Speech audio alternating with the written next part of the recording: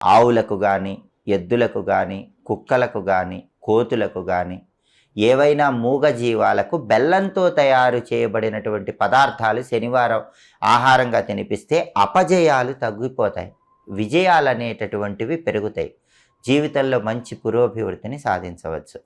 అలాగే శనివారం పూట అరటి చెట్టు మొదట్లో పంచదార కలిపినటువంటి పాలు పోయటం ద్వారా రావలసినటువంటి ధనం అనేది సకాలంలో చేతికొస్తుంది, జాతక దోషాల తీవ్రతను తగ్గింపజేసుకోవచ్చు.